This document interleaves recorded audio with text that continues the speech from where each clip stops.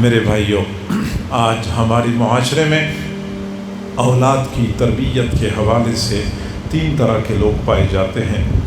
ایک طبقہ تو ان لوگوں کا ہے جو اولاد کی تربیت کی ضرورت ہی محسوس نہیں کرتے۔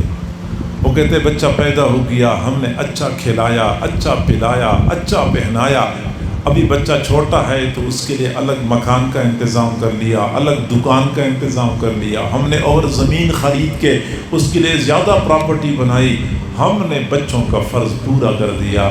گویا کہ بچے کی تربیت کو اپنا فرض ہی نہیں سمجھتے۔ ایک طبقہ تو ان لوگوں کا ہے۔ دوسرا طبقہ ان لوگوں کا ہے جو بچوں کی تربیت کی ضرورت تو محسوس کرتے ہیں لیکن ان کے پاس وقت نہیں ہوتا۔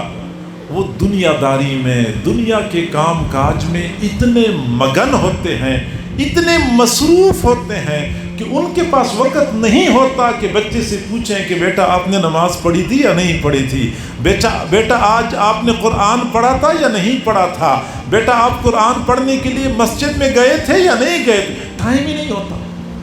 افسوس کی بات تو یہ ہے کہ آج کل والدین کے پاس اپنے کھیت کے لیے ٹائم ہے، اپنے باغ کے لیے ٹائم ہے، کاروبار اور دکان کے لیے وقت ہے، یہاں تک کہ اپنے جانوروں کو دینے کے لیے وقت ہے، اپنی اولاد کی تربیت کے لیے ان کے پاس وقت ہی نہیں ہے۔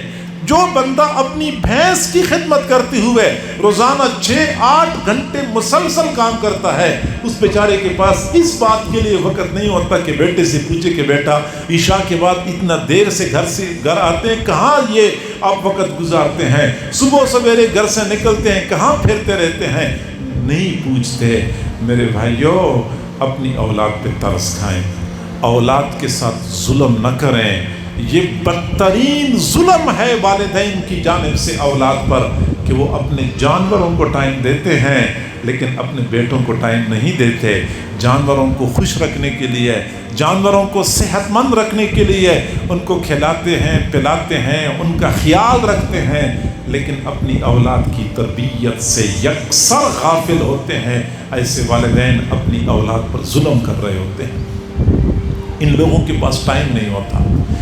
تیسرا طبقہ ان لوگوں کا ہے جو اپنی اولاد کی تربیت کرنا چاہتے ہیں، ان کے پاس ٹائم بھی ہوتا ہے لیکن ان کو تربیت کرنے کا طریقہ نہیں آتا۔ نتیجہ یہ نکلتا ہے کہ اپنی اولاد کی تربیت کرتے کرتے ان کو بگاڑ دیتے ہیں۔ خود والدین کو تربیت کی ضرورت ہوتی ہے، وہ اپنی اولاد کی کیا تربیت کریں گے؟ لہٰذا یا تو اولاد کی تربیت کی ضرورت محسوس نہیں کرتے، یا ہمارے پاس وقت نہیں ہوتا، اور یا ہمیں تربیت کرنے کا طریقہ نہیں آتا۔ تو ایسی صورتحال میں ہماری اس معاشرے کی ضرورت ہے کہ ایسے تعلیمی ادارے ہوں، ایسی تربیت گاہیں ہوں کہ ہم اپنی اولاد کو ان کے حوالے کر دیں، ایسے مربی استاد ہوں کہ ہم اپنی اولاد ان کے حوالے کر دیں، پھر وہ ہمارے بچوں کی تعلیم کا بھی اہتمام کریں، بچوں کی تربیت کی بھی کوشش کریں، ہمارے بچوں کو اچھا سلجھا ہوا تربیت یافتہ انسان بنا کے پھر ہمارے حوالے کر دیں۔ ایسے تربیت گاہوں کی ضرورت ہمارے معاشرے میں انتہائی اہم ہے۔